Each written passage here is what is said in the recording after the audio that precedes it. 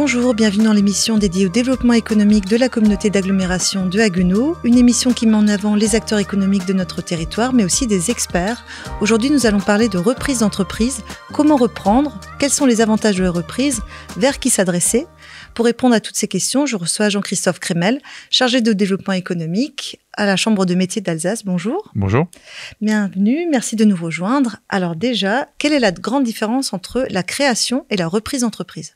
Alors ce sont deux concepts liés à l'entrepreneuriat. La création consiste à créer une nouvelle entité économique, donc on doit créer une offre, on doit créer une marque, on doit trouver sa clientèle, alors que la reprise consiste à la prise de contrôle d'une entreprise, donc soit par le rachat, soit par une succession familiale principalement. Les principales différences qu'on peut avoir entre les deux concepts, c'est souvent que dans une reprise, le temps d'adaptation est plus rapide. Vous devez être tout de suite opérationnel lorsque vous reprenez une entreprise. Ce qui est des fois, alors que là, dans le temps d'une création, vous avez des fois le temps de créer votre marque, de vous développer, de vous adapter à une clientèle, d'adapter effectivement votre marque et votre offre. Par contre, ce qui paraît paradoxal, c'est que la création, la prise de risque peut sembler plus importante. Parce que lors d'une reprise, on part déjà d'un existant. Et là, c'est vraiment le grand avantage, c'est justement d'avoir déjà ses clients, ses fournisseurs, son fonctionnement mis en place, quoi. Effectivement, comme je le disais, on part d'un existant, donc ça veut dire quoi ? Ça veut dire qu'on a déjà un chiffre d'affaires, on a déjà une rentabilité, que le gérant se rémunère déjà. Donc en gros, on a déjà un historique et c'est plus sécurisant au niveau de la banque et des futurs partenaires que vous aurez. Mais il y a des a priori autour de la reprise. Ah oui, il y a beaucoup d'a priori. Le principal a priori qu'on peut avoir, c'est que ça coûte cher.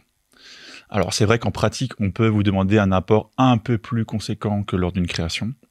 Mais au final, si vous reprenez les deux concepts, dans une création, si on prend l'exemple d'un boulanger, il faudra acheter un four, un pétrin, un laminoir. Dans le cas d'une reprise, on reprend la partie immatérielle, effectivement la clientèle, et la partie matérielle. Donc vous avez déjà le matériel.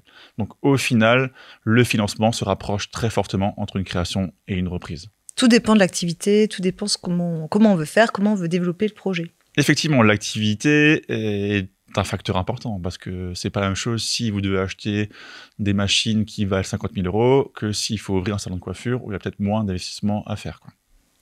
Et aujourd'hui, est-ce que le marché est propice à la reprise ? Est-ce qu'il y a encore beaucoup de cessions interfamiliales ou justement il y a beaucoup d'entreprises à reprendre ? Alors, si on fait un focus sur le Nord-Alsace, le marché est vraiment propice à la reprise. Actuellement, on a une part de chefs d'entreprise qui se rapproche des 55 ans, voire plus. Et on peut se retrouver d'ici 5 à 10 ans avec des activités qui ne seront plus présentes sur le territoire. À savoir qu'une entreprise artisanale n'est pas délocalisable par nature. Sur le côté interfamilial, forcément, aujourd'hui, la structure familiale a un peu changé. Les enfants partent du village familial, soit pour étudier, soit pour trouver un travail. Il y a toujours des sessions interfamiliales, mais c'est peut-être moins présent qu'à une époque d'il y a 30 ou 40 ans. On a envie de faire autre chose, de tracer sa propre voie. Mais quand j'ai justement bien défini mon projet de reprise, je commence comment ? Je m'adresse à qui ? Je fais quoi ? Alors la première des choses que vous devez faire, pour reprendre dès le début, c'est quand même de cibler une entreprise que vous devez reprendre. Voilà, le secteur d'activité, la zone de chalandise, le développement probable que vous pouvez avoir. Une fois que c'est ciblé, là, il y a une période plutôt où il faut faire un diagnostic. Donc là, j'ai ciblé l'entreprise qui me convient à mon projet et je fais un diagnostic. Donc un diagnostic interne et externe. Interne, on va voir les moyens matériels, financiers, humains. Et justement externe, on va voir est-ce qu'il y a des potentiels, est-ce qu'il y a des facteurs de risque à la reprise. Suite à ce diagnostic, c'est une étape très importante. Il faudra quand même évaluer l'entreprise qu'on souhaite reprendre. Avec principalement 3 différentes méthodes. La méthode comparative, donc on se compare aux autres structures qui ont la même activité. La méthode patrimoniale, donc par rapport au patrimoine que l'entreprise a, donc c'est le bilan. Et la méthode de rentabilité.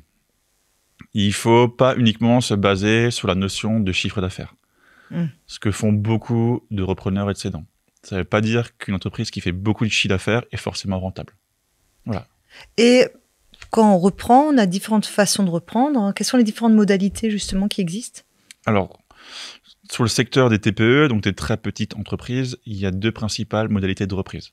Soit vous reprenez le fonds de commerce, donc là vous reprenez la partie immatérielle, donc la clientèle, éventuellement les brevets ou autres, et la partie matérielle, plus le stock. Sinon, vous pouvez décider de reprendre les parts sociales ou les actions. Mais ça veut dire que vous allez reprendre toute l'entreprise, avec ses dettes. Donc il peut y avoir un risque qu'on peut couvrir via une garantie d'actifs passifs. Mais voilà, il peut y avoir plus de risques. Suite à ça, il faudra quand même enclencher les différentes modalités juridiques. Ça veut dire qu'il faudra continuer à faire une audit juridique, fiscale, sociale, financière, et continuer avec une lettre d'intention, plus enclencher après le compromis de vente. Donc ça prend quand même pas mal de temps, tout ça. Et pendant ce temps-là, est-ce qu'on est en lien étroit avec le repreneur? Est-ce que c'est obligatoire ou pas du tout? Il faut savoir qu'une reprise met entre 6 à 9 mois pour se finir. Donc ça commence à partir où il y a un premier rendez-vous avec le cédant. Dans la question de travailler en duo avec le futur cédant, forcément il y aura un lien étroit. Parce que la personne qui a l'entreprise actuellement, soit elle l'a créée, soit elle l'a repris, soit c'est familial, donc il y a un lien sentimental. Elle a toutes les informations aussi, quoi. Exactement. Et pour elle, ça peut être très dur de vendre son entreprise sur quelque chose qu'elle travaille depuis 40 ans. Donc, il y a différentes méthodes pour vous accompagner. Le cédant peut effectivement rester avec vous pendant une période de temps pour vous apprendre effectivement les fournisseurs, les différentes méthodes de travail. Soit il peut venir quelques jours par semaine pour vous accompagner. Mais il faut toujours limiter ça dans le temps. J'ai tendance à dire que quelques mois suffiront. Sinon, on ne saura pas qui est le réel patron, si c'est toujours vous ou si c'est encore l'actuel cédant. Et est-ce qu'il y a des aides par rapport à la reprise? Parce qu'on parle des aides à la création, des aides financières et tout ça. Est-ce que c'est pareil pour la reprise? Alors, effectivement, les aides à la reprise ressemblent aux aides à la création. Donc, en premier lieu, vous avez lié à votre situation, donc avec France Travail. Donc, vous pouvez cumuler pour votre reprise soit le maintien de l'ARE, donc aide au retour à l'emploi, soit le versement en capital, qui représente 60% du montant de vos droits, 30% la création, 30% 6 mois après. Après, vous avez le prêt d'honneur avec le réseau Initiative, donc dans notre cas avec le réseau Initiative Nord-Alsace, qui peut effectivement gonfler votre apport via un prêt à taux zéro. Vous avez les systèmes de garantie, donc France Active Alsace, CAJ, BPI, donc la banque publique d'investissement, ou les garanties de votre banque, et ce qui est possible aussi. Et après, les différentes aides, l'ACRE se fera généralement automatiquement. Vous pouvez aussi penser au financement participatif. Et comment on se forme pour être repreneur? Est-ce que justement, il y a un accompagnement spécifique? Alors, il n'y a pas de formation préalable. Bon à savoir quand même qu'il peut y avoir des métiers réglementés. Les métiers du bâtiment, de bouche ou de beauté, on ne peut pas du jour au lendemain devenir, par exemple, couvreur ou charpentier sans avoir l'expérience ou le diplôme. Donc, je pense qu'il faut quand même se former au métier préalable si on veut choisir un métier artisanal dans le cadre d'une reconversion. Mais je conseille à tous les créateurs de se former quand même sur l'aspect donc gestion commerciale, maîtrise des logiciels, pour être tout de suite opérationnel dès le départ. Donc la formation n'est plus obligatoire, mais elle est forcément conseillée. Donc soit une semaine, soit via votre CPF, France Travail, soit avec nous à la Chambre des métiers. Et justement, je souhaite reprendre, je m'adresse à qui? Alors, la première des choses, si vous souhaitez reprendre, c'est de vous rapprocher donc des chambres consulaires, donc principalement chambres des métiers et chambres de commerce.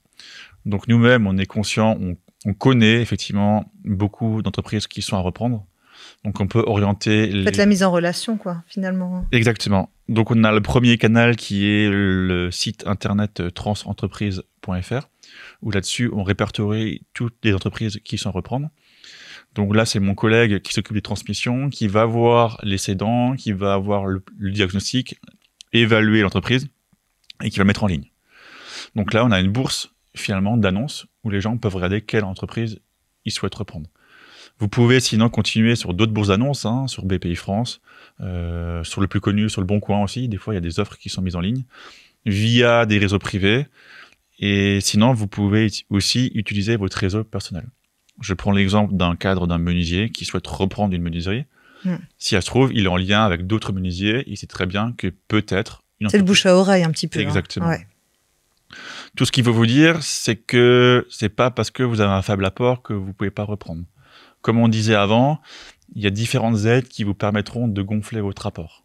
Donc éventuellement le France Travail s'il faut gonfler l'apport, le prêt d'honneur, qu'on pourrait aussi cumuler avec le réseau Entreprendre. Donc voilà. Il ne faut pas se mettre de frein, c'est ça qui est... Exactement. Je répète ça, c'est souvent le prix qui est un grand frein pour les repreneurs. Mais au final, quand on étudie le projet, c'est souvent la reprise qui est le mieux finançable qu'une création. Merci beaucoup pour votre partage. Retrouvez toute l'actualité du développement économique de la communauté d'agglomération de Haguenau sur notre site internet et nos réseaux sociaux. Je vous souhaite une bonne journée et à bientôt pour un prochain podcast.